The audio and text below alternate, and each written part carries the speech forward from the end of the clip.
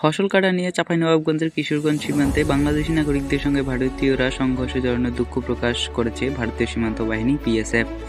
শনিবার 18 জানুয়ারি বিকেলে border guard বাংলাদেশের বিজিবি কড়া প্রতিবাদের মুখে সংঘর্ষ পরিস্থিতির জন্য দুঃখ প্রকাশ করে বিএসএফ। এর আগে সকালে ফসলি জমি ও আম গাছ কাটার অভিযোগে বাংলাদেশিরা সীমান্তে জড়ো হয়।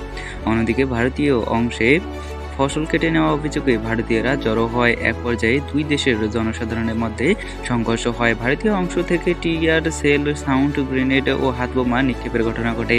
এ ঘটনায় আহত হন 3 বাংলাদেশি নাগরিক। পুরো ঘটনায় নৌকা কিরণগঞ্জ সীমান্তে দিনভর উত্তেজনাকর পরিস্থিতি ছিল। পরে বিকেলে 4:30টার দিকে পতাকা বৈঠকের পর পরিস্থিতি নিয়ন্ত্রণে আসে।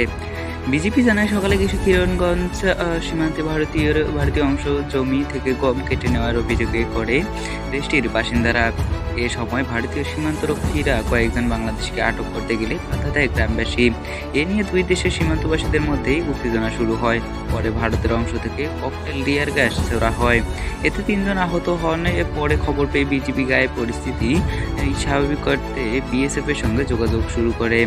পরে 2 শ্রেণীর সীমান্ত রক্ষাকারীদের পতাকা বৈঠকের সিদ্ধান্ত অনুযায়ী বিজিবি বিএসএফ নিজ বেসামরিক নাগরিকদের সরিয়ে নেয়। চাঁপাইনবাবগঞ্জের 59 বিজিবির অধিনায়ক লেফটেন্যান্ট কর্নেল গোলাম কিবরিয়া জানান, সীমান্তে কয়েকটি আম গাছ কেটে নেওয়াকে কেন্দ্র করে উত্তেজনা সৃষ্টি হয়। এ ঘটনায় পতাকা বৈঠকে বিএসএফ এর পক্ষ থেকে দুঃখ প্রকাশ করেছে।